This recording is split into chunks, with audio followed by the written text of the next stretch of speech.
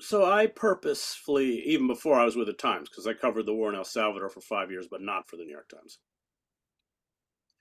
As a reporter, I put myself in very extreme situations where there was horrible oppression being meted out towards a particular population, whether that was in El Salvador, Guatemala, Gaza. Um, and I, of course, ended up in Sarajevo. So I was physically there where people were being butchered and deprived of food and uh, any kind of security. So uh, that was a conscious decision on my part um, to use the megaphone or the platform of the New York Times to give those people a voice. Remember, American journalism, unlike Indian journalism, is very constrictive in terms of its form.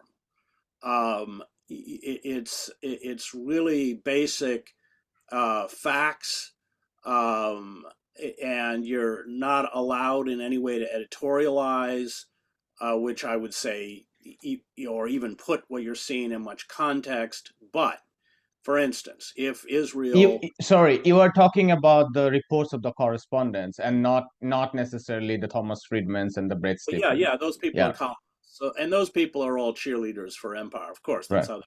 So, but I used it as a weapon against uh, these often U.S. backed forces like Israel, like the Salvadoran military, where I would often at some risk uh, be at a place where people were killed.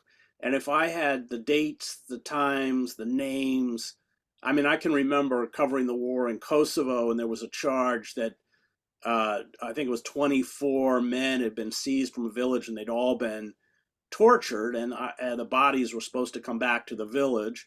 And the Serbs, because you don't travel in a war zone, you don't travel at night. It's too dangerous. You travel only in daylight hours. So they didn't bring the bodies back until nightfall. And in the end, I was the only journalist who stayed. I had to stay there the whole night. And when the truck came in, I climbed into the back of the truck with a mag light and rolled back the blankets that were covering these dead bodies to actually look at every single face to see whether they were mutilated or not. They were. They had been horribly tortured. That there's the Times is forced at that point to publish a story like that. And it deeply angers the Serbs. Wes Clark, who was the head of NATO, told me the Serbs were going to assassinate me. It deeply angers the Israelis when I did that. But the Times will run it. That's how I worked within the institution. My problem came when I went back to the United States and started denouncing publicly the calls to invade Iraq. That was a red line. I knew what I was doing. I mean, I'd been there 15 years. That was a red line a reporter's not supposed to cross. I was given a formal written reprimand, told not to speak out about the war, and then left the paper. So, but I because I put myself into extreme situations, I was able to do journalistic work that I think had integrity. But yeah, you're right. Of course, the most of the reporters. I remember when I told the executive editor that I wanted to go to Sarajevo. He said, "Well, the line starts and ends with you." Because the European correspondents had actually sent a letter saying they wouldn't go to Sarajevo because it was too dangerous. But I never did that kind of reporting. I was never in London, or I didn't interview.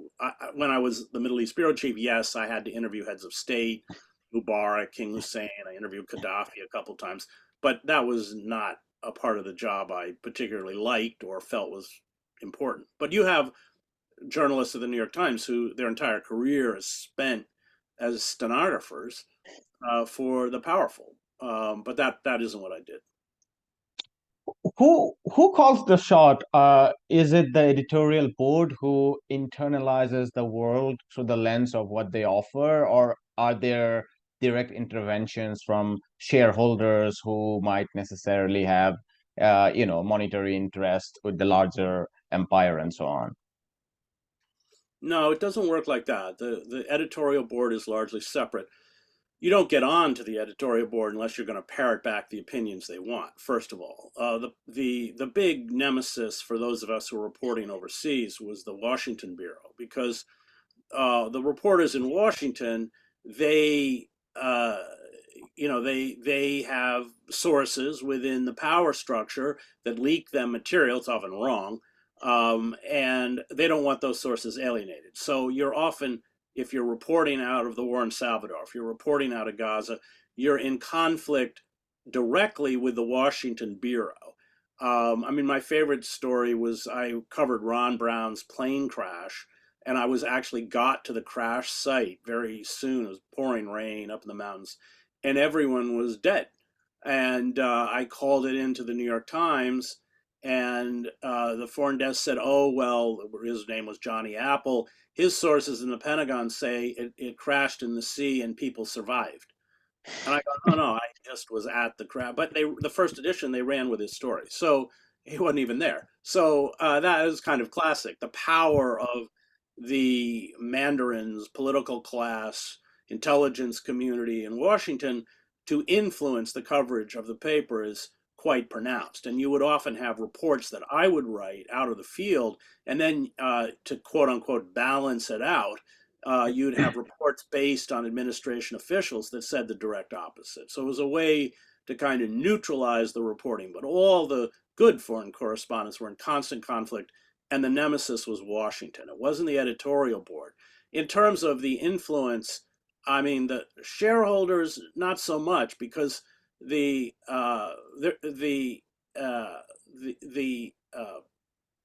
publisher and the senior editors will have direct contact with the highest levels of government. And what they will do is then mount a campaign against an individual reporter, which happened to me in Bosnia through the Clinton administration, that they will attempt to discredit. And they will do that by having meetings with the executive editor or with the publisher.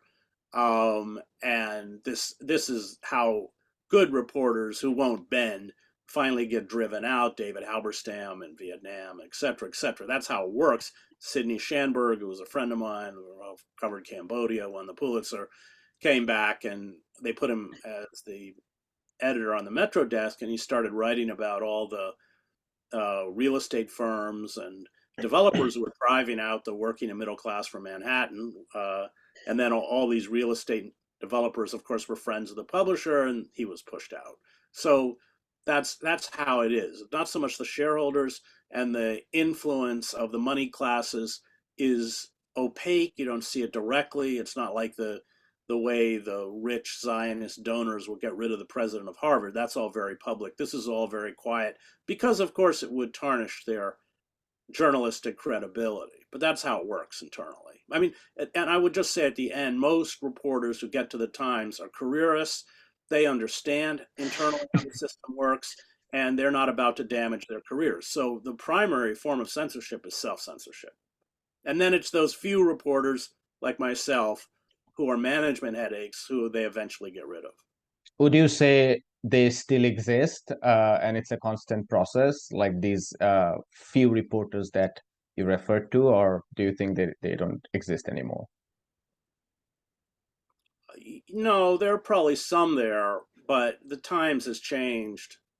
I mean, that gets into the issue of the economic model of all newspapers has collapsed. So the monopoly that newsprint once had to connect sellers with buyers is gone with the rise of the internet. Classified ads, which used to be 40% newspaper revenue, is gone. So the papers are economically far more distressed.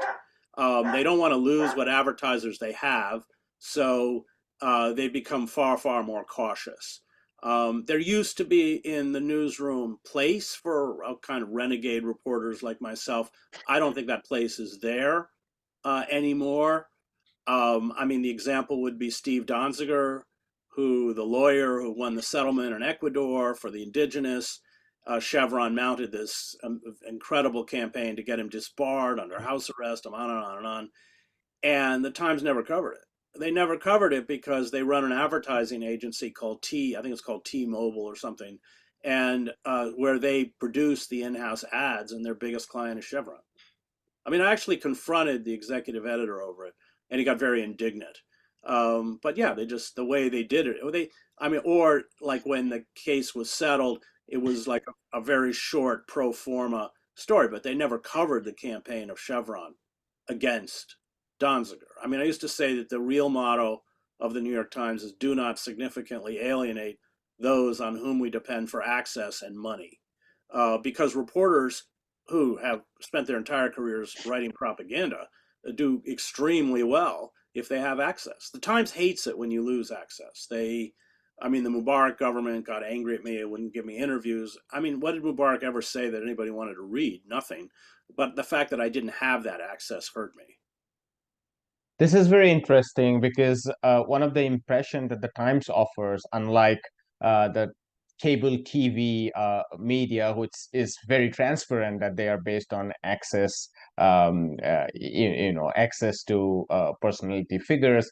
The Times also give this impression that they produce very meticulous reports, and they also have apparently a large subscriptions, which is perhaps very unique because a lot of newspapers don't have that model. But you are saying that it's basically access journalism, which is not different from what we see in the television, cable media, the CNNs and the Oh, others. the difference is the New York Times sets the agenda. So the television reads the Times, then they decide what to report. At least that's how it was in my day.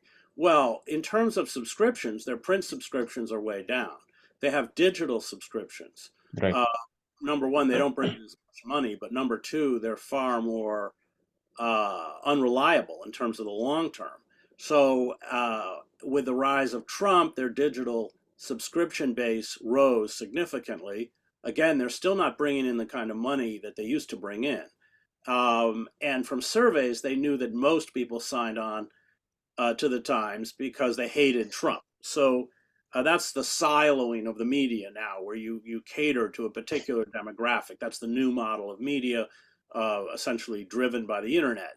They become echo chambers. So they do 2 years of Trump is a Russian asset and RussiaGate, all of which is false, but they don't pay a price for it because that's what their readers want to hear. They're catering to uh, to a base that is important to them economically, and that's deteriorated the quality of the journalism. We had the Caliphate, which was this ridiculous podcast, because of course they're trying to be hip now and do podcasts based on a con artist who said he was a member of, I believe, ISIS or something. I mean, I listened to a little bit of it, having spent 7 years in the Middle East, and you knew instantly it was fiction. I mean, it was just kind of audio porn, nailing people to crosses. I mean, it was ridiculous. It just wouldn't happen. Um, and then of course we have this unsubstantiated stories of systematic rape on October 7th. So, I mean, a series of weapons of mass destruction. I mean, there's been a series of horrific.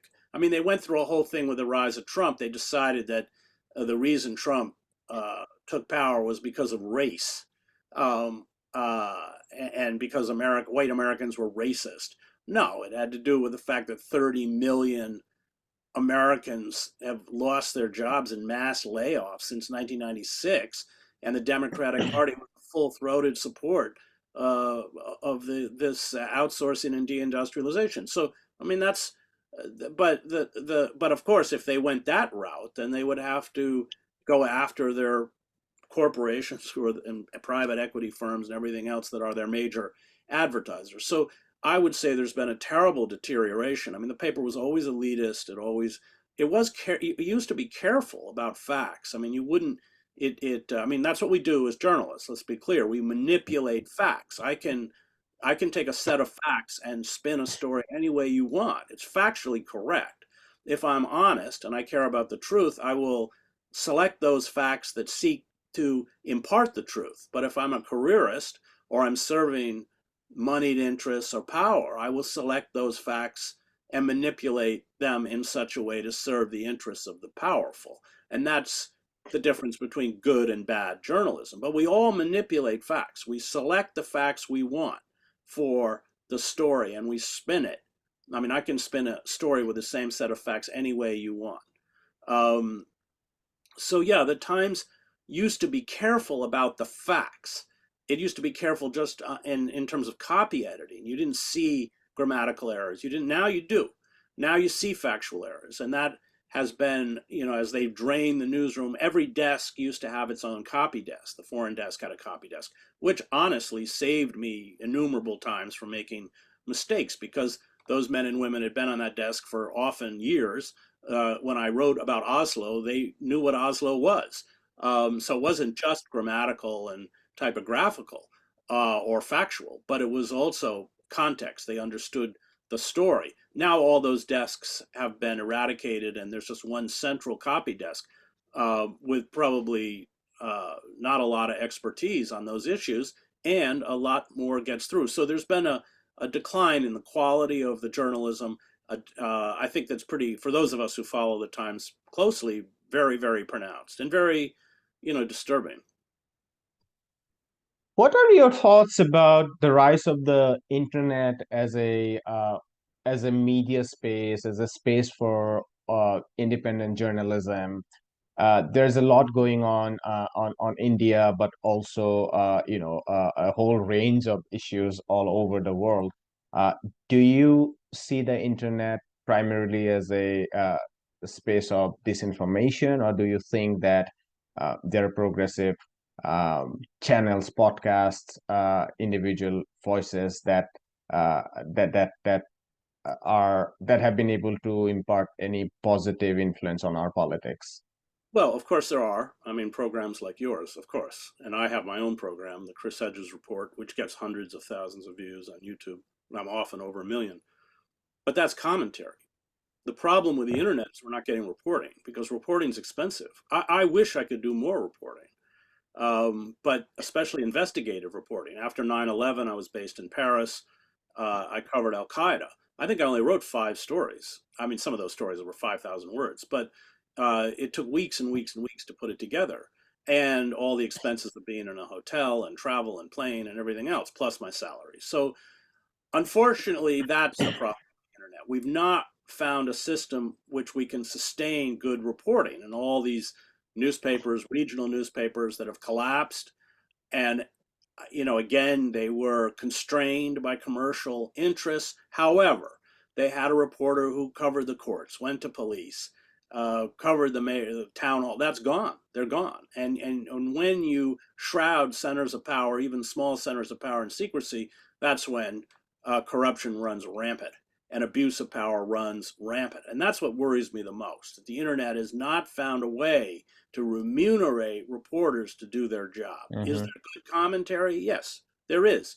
Um, but my commentary, when I'm almost 68, I mean, so I spent decades as a reporter in places like Gaza, like Latin America, 6 years in Latin America, and I can build on that. But I don't know that young reporters are gonna. I don't know how they're gonna have that experience, because especially if you're covering a war. Covering a war is very expensive, unless you have a suicide wish. I mean, it requires armored cars. My armored cars were running 100,000 a piece, body armor, satellite phones, etc. So I've seen, especially in foreign reporting, we have very courageous. I don't want in any way diminish the very courageous reporting of the Palestinian journalists in Gaza. And of course, Israel's locked out the foreign press. And I went to Cairo to go with the Egyptian Press Syndicate up to Rafah to protest, but the Sisi government, which is uh, working very closely with Washington and Israel, blocked us. Uh, so, and then of course we've had over 100 Palestinian journalists killed, and that's not an accident. I mean, these people have been targeted. So, uh, yeah, that's what worries me. I mean, the internet, people go to their own echo chamber, the right, wherever they are. I mean, self-selective. That's the difference in the old media model, where you would get a newspaper, and the newspaper would try to serve a broad, general, kind of middle brow public to reach as many people as they could, but at least you would not always have your belief system reinforced. That's changed, and it's changed at the New York Times. It's changed at I think what 94% or something of people who watch MSNBC, which is garbage, identify as Democrats. This roughly the same percentage who watch Fox identify as Republicans. But what you're creating are these divides, these social, cultural, political divides, where you have competing narratives, which are often both false, but make it impossible to communicate. So Trump did not become president because of Russia. But that is something that the Democratic Party and liberals will grasp onto. Uh, and so that's kind of their non-reality based belief system. I mean, you have Paul Krugman in the New York Times, a columnist, attacking the white working class. They've written them off as deplorables and racists and bigots, and of course some of them are. But that's not why they voted for Trump. That's not why Trump rose to power. It was the betrayal on the part of the liberal establishment and the Democratic Party that that made people very legitimately angry. And half of my family comes from the working class in Maine. Their towns are a wreck. I mean, the mills are gone, the banks are boarded up, etc. So um, you have two competing systems that essentially are grounded in non-reality based belief systems, and that's very, very dangerous because you're never going to confront the problem. I mean, after Trump was elected, the New York Times decided the issue was race. So all they did was run stories about identity and race, and as if that's why Trump was there, and they ignored the issue. They ignored the fundamental issue, and of course they ignored it because they're dependent upon the very forces that betrayed the working class, these large corporations and the billionaire class. So that worries me. I mean, I saw the same thing in the former Yugoslavia, where the groups broke down around ethnic identities and created their own narratives, all of which were false. But we're doing the same thing here. And then, of course, we'll add the fact that the country is awash in assault weapons.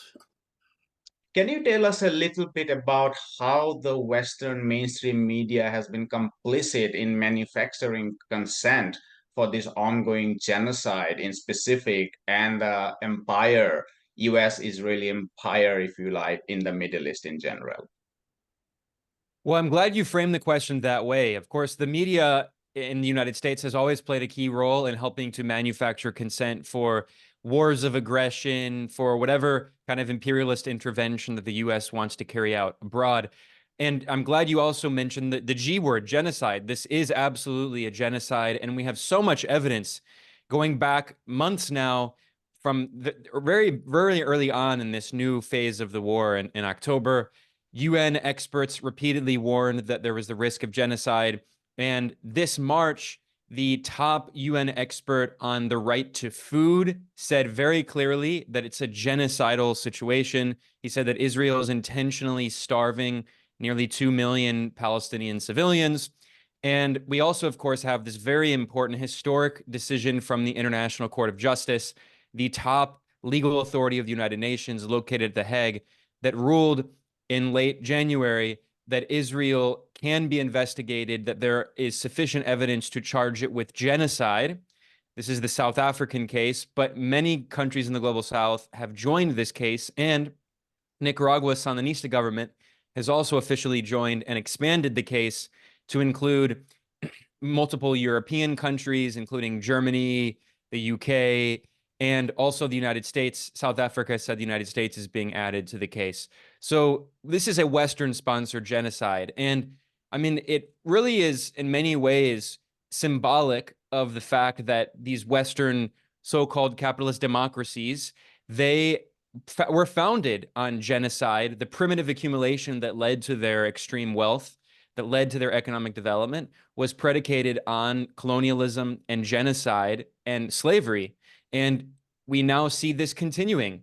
The Western so-called civilized, so-called democracies are continuing to sponsor a colonial genocide to try to ethnically cleanse an indigenous population, just as was done in Manifest Destiny in the United States, in Australia, in New Zealand, in Canada. It's not a coincidence. These are the same colonial powers sponsoring this genocide today. But of course, the media has always played an important role in this. And in the case of the United States, you can go back 100 years and further to the famous era of yellow journalism and the 1898 U.S. Spanish War over Spanish colonies, in which the U.S. took a series of Spanish colonies, including the Philippines, Cuba, and Puerto Rico, And of course, Puerto Rico remains a U.S. colony to this day. In that war, we saw the role of media oligarchs, people today who would be the billionaire oligarchs like Jeff Bezos. Back then, you had William Randolph Hearst and other oligarchs who used the media to spread lies and propaganda to justify these wars. Of course, a lot of people probably know about the Gulf of Tonkin incident in the lead up to the Vietnam War, in which the US media blatantly lied, or rather, that is to say, the US media was used as a vehicle to spread the lies of the US government to justify this war of aggression against Vietnam. And then, of course, there are so many other examples. In the Gulf War in 1990 and 1991, we saw that the daughter of the Kuwaiti ambassador in the United States, Naira, testified before the US Congress and spread blatantly false claims that the Iraqi military was taking babies out of incubators and leaving them on the ground to die. That's completely false, but that was used to justify the first Gulf War. I should add as a note, by the way, that Israel actually has been doing exactly what Iraq was accused of, attacking hospitals, destroying hospitals repeatedly. And of course, the media in the US, and not just in the US, around the world, because of course, the US media has massive influence all around the world. It's one of the most powerful parts of US soft power. And we've seen that Israel has been attacking hospitals repeatedly. And yet the media has said, it was actually, Hamas or Palestinian Islamic Jihad rockets that hit these hospitals, like the Baptist hospital, etc., which ended up being proven to be false. And Israel has repeatedly attacked many hospitals, as even Doctors Without Borders has said repeatedly. So, of course, I should add that the most famous example is WMDs, right? The media was used as a mouthpiece to spread these lies, to claim that Iraq had weapons of mass destruction. Those false claims originated with the CIA, and that was used to justify an illegal war of aggression. The UN Secretary General Kofi Annan said very clearly the US violated the UN Charter, and yet there were no consequences. Now we talk about, the war in Ukraine today and Russia. Well, when the US blatantly violated the UN Charter, committing an act, the most egregious act of aggression, a war of aggression, there were no consequences. But I mentioned that the media is used as a tool by the government. I think it's very important to understand it in that way. And in fact, one of the co-founders of the CIA famously referred to the media as a mighty Wurlitzer. Now, he was speaking in the mid-20th century, so people probably don't know what a Wurlitzer is, but it was a company that made musical instruments, including a big organ that had all these different sounds. So the point is, he's referring to the media as an instrument, as a musical instrument, and the CIA, the US government, can use it to spread fake claims, disinformation, war propaganda to justify all of this. And the media is full of people who willingly do this for a variety of reasons. There are many incentive structures. First of all, the media in the US is ostensibly independent, but it belongs to many large corporations and oligarchs who have investments in contracts with the US government. The most blatant example being Jeff Bezos, the founder of Amazon, one of the richest human beings on earth in human history, a centibillionaire. And he has huge contracts with the CIA and other US government agencies. Amazon has always been a US government contractor, along with Google and all the other big tech monopolies. And Jeff Bezos is the personal owner of the Washington Post. It is his property. And you can see many other examples, not just Murdoch, but you go down the list.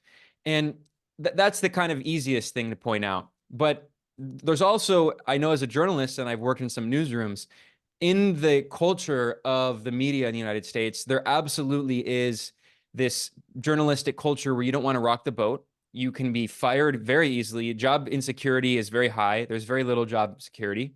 And we see with all these journalists constantly being laid off, the pivot to video, all this stuff. Now with AI, it's going to be another huge attack on journalists. I mean, they're just going to, the model that Huffington Post popularized of like rewriting articles and all that, it's just they're going to have AI do it. So, and listicles and all that. So anyway, the point is that there are economic incentives for journalists not to rock the boat.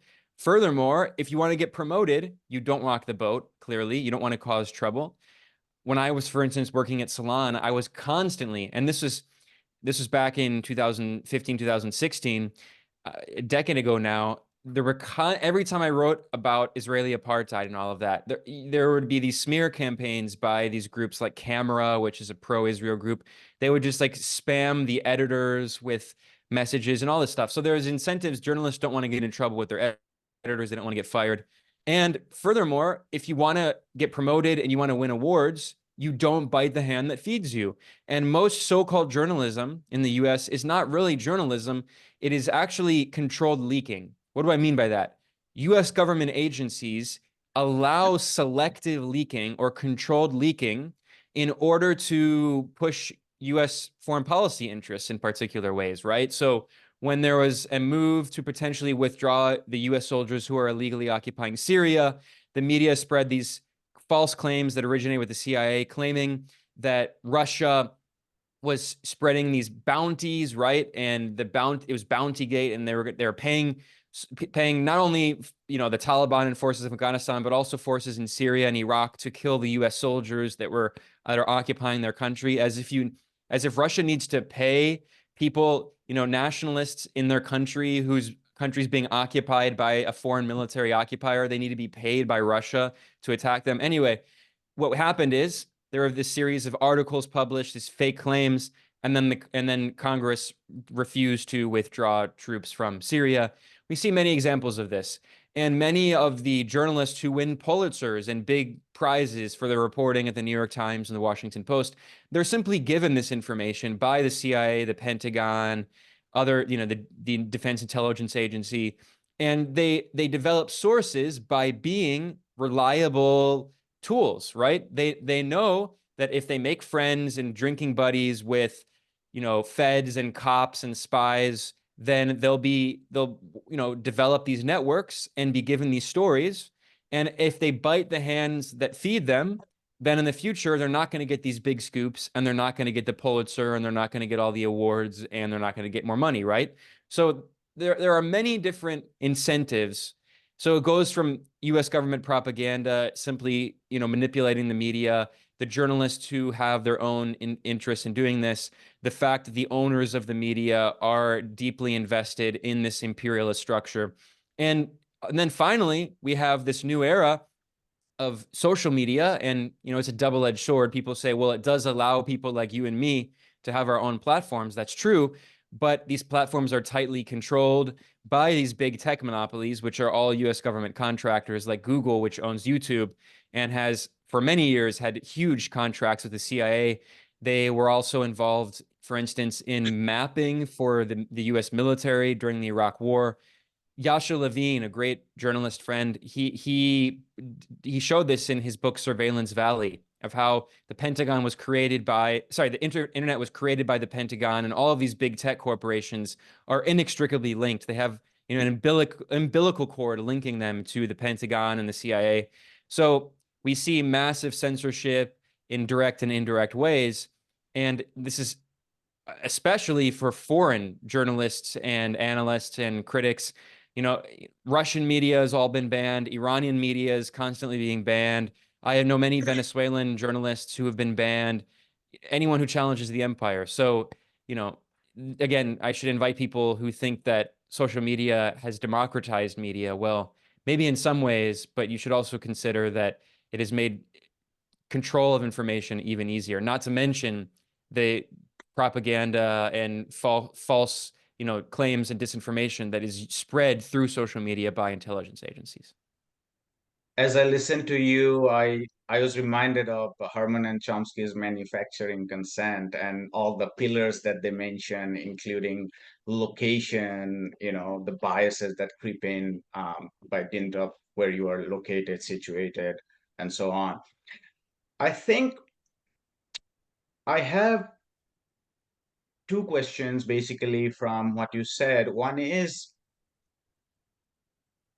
the big media houses are essentially the ones that have money, and to do real journalism, to collect data, you really need money, because you have to go to the place and you have to collect all this information. This is one of the reasons why I read the Financial Times daily, even though I know there is a huge liberal bias, because it is one of the only sources that can give you real data on the economy because it has the money to go out there. Ben Norton doesn't have the money to collect all the data. So obviously then you have to correct for biases and so on. So we used to believe that there is a lot in the liberal press in terms of data that one can collect from and then correct them against their biases. But lately, the New York Times in particular, it has become a kind of a joke, especially when it has come to when it's about the foreign policy. So I wanted to get your response, particularly on this narrative of beheading of babies and the case of sexual violence. I was very suspicious of the beheading of babies. I mean, everyone was suspicious. I mean, no one really believed it. But the sexual violence was, people would like to be serious about it. And I was very suspicious because I read Indian history, and there was this great revolt of 1857 against British colonialism. And the massive counter reaction by the British state against that revolution was justified among many planks, but one of the planks was that these backward peasants were basically raping British women, which turned out to be completely false, as historians have looked at it on hindsight. Grayzone and others pushed back against this narrative right from the start, but now we are increasingly seeing with the new leaks from within the New York Times. Can you tell us a little bit about these two narratives of sexual violence and beheading of babies? Yeah, well, I'll just add a quick note before that. You mentioned the FT. I agree. The FT is one of the best sources of information, and it's not only because they have more money. That's definitely part of it, but I would say actually the main reason is simply because who reads the Financial Times? It's written for the capitalist class. It's for investors, people who want to make money, and they need good information. So it's not written to manufacture ideological consent in the same way. In fact, it's hard to read the FT because you have to pay a lot of money. It's very expensive, and almost all the articles are behind a paywall. Unlike the New York Times and the Washington Post or the Guardian or whatever, which exists to for ideological management, right? Whereas the FT exists so the capitalist class can get actually good information to make money. And you also mentioned the issue of little funding for journalism. This is another huge factor of the political economy of the media, right? Which is that if you go back to as recently as the 80s and 90s, there were many small newspapers, the Christian Science Monitor and all these things, the Los Angeles Times, Chicago Tribune, that they still exist, but sorry? There were a lot of labor presses in the Yeah. 50s and the 60s all over the world. Oh yeah, absolutely. I mean, this goes back much farther. Yeah, but I'm talking about even as recently as like the 90s. You had these kind of medium-sized newspapers that had the budget to send correspondents abroad, and now none of them has a budget. The only newspapers that really have a budget are the huge ones like the New York Times and the Washington Post. And even in their case, most of their correspondents are in an air-conditioned office like in Beirut or Mexico City. They're not out in the field risking, their lives to do investigative journalism and talk to people on the ground. Most of the time, again, they're just being fed press releases and disinformation by intelligence operatives. But now to get to your question, which is a case study of this, which is the New York Times reporting absurdly claiming that Palestinian armed groups, Hamas largely, carried out supposed this mass sexual violence. I'm glad you talked about the historical precedent. This has been the colonial trope for the entire history of European colonialism, that Black and brown men are sexually assaulting white women, and that the colonialists need to defend them. This is always, you go back to lynching. Scottsboro trial. Yeah, absolutely. I was going to say, in the United States, you can see this legacy of this colonial legacy in the form of lynching, right? Where you have Emmett Till and all these people who are accused of like looking at white women in the wrong way, right? And so in the case of Palestine, we can see very clearly this colonial precedent. But let's look at the so-called evidence, of which there is none. Now, you mentioned that The Intercept has developed some of these sources inside newsrooms in the New York Times and elsewhere. And they have people in the New York Times who have been saying, yeah, this story was completely bogus. There was no evidence. That's why the podcast version of it was retracted by the New York Times. And the so-called journalist who was hired by the New York Times, Anat Schwartz, is not a journalist. She has no journalism experience. And who is she? She's an Israeli filmmaker and an Israeli former intelligence officer. So once again, I mean, in this case, they're not even being fed the fake claims from Israeli intelligence. They're hiring former Israeli spies to write these articles. And in The Intercept scoop on this, it's a great story people should check out. They show quotes from this so-called journalist, this Israeli former intelligence officer hired by the New York Times, in which she admits that she called all of these, health centers and hospitals in Israel asking about sexual violence and did not find a single case, not one case. And yet the story still went through because, again, this originated with Israeli intelligence and then was laundered through the New York Times. The same thing with the false claim of beheading babies. It originated with Israeli intelligence, and then Joe Biden heard it, and he's obviously, his mental health is very weak, and he forgets where he is most of the time, so he can't remember what is the fake propaganda from Israel and what's the real intelligence. So he regurgitated that, and then the White House had to come out and say, actually, that has not been proven. There is no evidence that Hamas beheaded babies. So again, this is the same colonial tactic we've seen again and again, where the colonialists make up outrageous Orientalist claims about the colonized subjects, whether it was the French in Algeria, the Germans in Southern Africa, the U.S. against the Native Americans, and now Israel against the Palestinians. This is the same old colonial history. Meanwhile, the IDF is incinerating thousands of children using US bunker busters.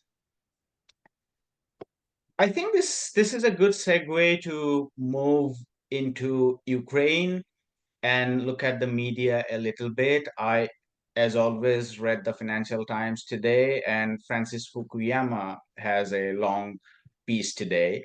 He's basically concerned about the potential loss of the Democratic Party. We'd get to some of them later, but one of the things that he's writing, one of his major concern is if the Republicans come to power, the funding to Ukraine may not sustain. I mean, his view of and this is all over, this is in the foreign affairs, this paranoia about Republican coming so that the war in Ukraine cannot be continued, even though that's not necessarily a right reading, because as we know, the Republicans are equally hawkish, even more when it comes to China and elsewhere than the Democratic Party. Can you tell us a little bit about the Western media's role on the Ukraine conflict in Ukraine? Well, it's the same thing. The U.S. media, the Western media, acts as spokespeople for Western governments, laundering the claims of anonymous officials. We constantly see, look at most of the major newspapers, especially in the U.S., the New York Times will constantly quote, according to 3 senior officials, they're always left unnamed, which means that there are also no consequences when their false claims are shown to be false, as we have seen again and again and again. And in the case of Ukraine, I mean, this is journalistic malpractice. We've seen this from the very beginning. And we now know, we have so much evidence showing that from day one and before day one, the United States always wanted war. They opposed peace, opposed negotiations. We have this now from so many sources, including the former German Chancellor, Gerhard Schroeder, who admitted in an interview with the German media that he was involved in trying to help negotiate an end to this war in March of 2022, and that the U.S. and the Western powers opposed any peace talks. We know this from even Israel's former prime minister, Naftali Bennett, a genocidal maniac, but even he was also involved in trying to negotiate peace in March of 2022. And he says that Russia wanted to sign a peace agreement. They wanted to sign a peace agreement before this new phase of the war, right? But it was the U.S. that opposed it. And then, of course, we have one of the closest allies of the Ukrainian Western-backed leader, Zelensky. And he said that the head of the parliamentary wing of Zelensky's party, Servant of the People, which is not a real political party, it was created by a billionaire oligarch in Ukraine who funds all of Zelensky's operations, who funded the TV channel where Zelensky became well known for being a TV star on the show of the same name, Servant of the People, in which he plays a teacher who accidentally becomes the leader of Ukraine. And then after that show became popular, he created a political party with the same name, funded by the same billionaire oligarch who funded his TV show, and he became president. So, I mean, we're living in a reality TV show. Meanwhile, you have Donald Trump, who is also on reality TV. I mean, it's like we're living in a farce. And meanwhile, so we know that from the very beginning that Ukraine, some people in Ukraine actually did want to sign a peace agreement, but they were being told by the US and the UK and the EU not to sign a peace agreement. And, Boris Johnson was dispatched by Washington to Kiev to tell Zelensky not to sign a peace agreement after the negotiations were held in Istanbul and also in Minsk in Belarus. Now, this war did not begin in 2022, and this is another huge part of the media propaganda that just erases history. This war began in 2014 when there was a coup that overthrew Ukraine's democratically elected, geopolitically neutral government of Viktor Yanukovych, who was the president, and he's now, when he's referred to in the media, he's called a pro-Russian leader or puppet or whatever. He was geopolitically neutral. I mean, he was trying to act, he was certainly corrupt in many ways. He was not on the left, but he was a kind of, bourgeois nationalist who was trying to act in Ukraine's interest. And in 2013, he was considering a move toward an accession agreement to join the EU, which included a trade agreement with the EU in late 2013. And in order to move toward the accession to the EU, the IMF demanded a series of neoliberal structural adjustment policies, as it always does. And he said this is intolerable, largely not because he was ideologically committed to socialism or something, but because it would have caused political instability. The end of subsidies always leads to protests, privatizations, people losing their jobs and their pensions, etc. And he said, no, I refuse to do that. Russia recognized that there was an opportunity, and Russia offered Ukraine a much better, much more favorable trade agreement. And in response to that, the US activated a color revolution, and all of these, US-funded NGOs and so-called civil society organizations that are funded through CIA cutouts like the NED, the National Endowment for Democracy, and the US Agency for International Development, they launched a color revolution. Then you had far-right extremist elements that were the violent muscle behind the coup in Maidan. And in early 2014, the government was overthrown and a puppet regime came to power. We have leaked recordings, likely from Russian intelligence, of then a top State Department official, Victoria Nuland, who's now back and was until recently Deputy Secretary of State, the second in command under Tony Blinken. And you can hear her in the recording back in 2014 speaking with the U.S. ambassador to Ukraine, Jeffrey Piat, and who's now the Assistant Secretary for Energy Policy and overseeing, sanctions on Russia, selling expensive LNG to Germany and Europe, the destruction of the Nord Stream pipelines, etc. Well, Victoria Nuland, who repeatedly threatened the Nord Stream pipelines, can be heard in this leaked phone recording with the ambassador, the U.S. ambassador, discussing who the leaders of the post-coup regime in Ukraine would be. That started this war. And then, according to the United Nations, from 2014, which the coup set off the civil war, from 2014 until late 2021, before Russia invaded, according to the UN, 14,000 Ukrainians died, and they've been completely erased from history. And then we should also keep in mind that before Russia invaded, Russia repeatedly asked for written security guarantees from NATO, from the US, and from the EU. And they all said, screw you, we're not going to sign anything with you. And then a few days before Russia invaded, the US government repeated, Kamala Harris repeated at the Munich Security Conference, which is a NATO conference, that Ukraine is going to join NATO, which always was a red line for Russia. And when the Soviet Union was invaded in World War II by Nazi Germany, it invaded through Ukraine. It is geopolitically, it is an existential security problem for Russia. if there was an invasion of Russia, it would almost certainly go through Ukraine to cut off southern Russia and its supply lines and cut off its access to the Caucasus. And then furthermore, let's not forget that if you go back to 2008, it was US President George Bush who famously declared at the NATO summit in Bucharest, he said that Ukraine and Georgia are going to join NATO, which was a clear violation of Russia's security red lines, despite the fact that until that point, Russia under Putin, first Yeltsin and then Putin, since the overthrow of the Soviet Union in 1991, which was of course another color revolution backed by the U.S., and then there was the shelling of parliament in Russia backed by the U.S. and all of these, then millions of Russians died from the neoliberal structural adjustment imposed on them, according to UNICEF. And anyway, the point is that Putin, when he came to power, he was the West's man. Bush met with Putin and said, I looked into his eyes and I saw his soul and saw he was a good man. And that's because Russia was trying to integrate with the West. Russia was trying to join NATO. It became part of the G8. And in 2008, despite all of that, the US said, no, we don't care. We're still going to expand onto Russia's borders and Ukraine is going to join NATO. And the US ambassador to Russia at the time, who is now CIA director, William Burns, published a confidential memo, which we have thanks to WikiLeaks, whose founder, Julian Assange, is going to probably be thrown in a US prison for the rest of his life for the so-called crime of doing journalism. Well, thanks to Assange, we have this document from WikiLeaks in which the US ambassador to Russia, William Burns, says that this would be a red line for Russia and that if Ukraine joins NATO, it will probably set off a civil war in Ukraine, which would force Russia to decide whether or not to militarily intervene.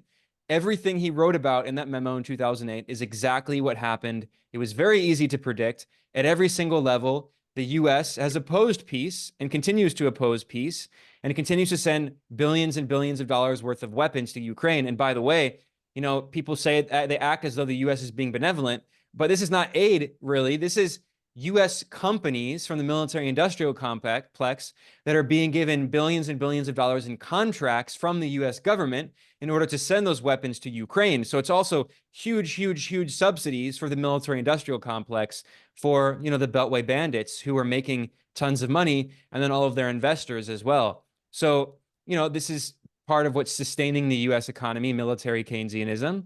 And then finally, at every single stage, Russia wanted peace, including as recently as March 2022. The media has erased all of this. Everything that I've just discussed, you will never see this mentioned. You have to dig very carefully and find a select few articles that will mention these facts, but they're all facts.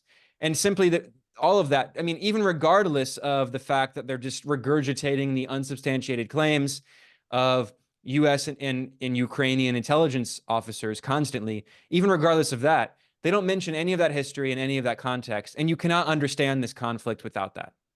Hi, my name is Ayushman. I, along with Jyotisman, have started this platform. In the last 2 years, we have tried to build content for the left and progressive forces. We have interviewed economists, historians, political commentators, and activists so far. If you have liked our content so far and want us to build an archive for the left, I have 2 requests for you. Please do consider donating for the cause. Link is in the description below. Also, if you are not able to do so, don't feel sad. You can always like our videos and share our videos to your comrades. Finally, don't forget to hit the subscribe button.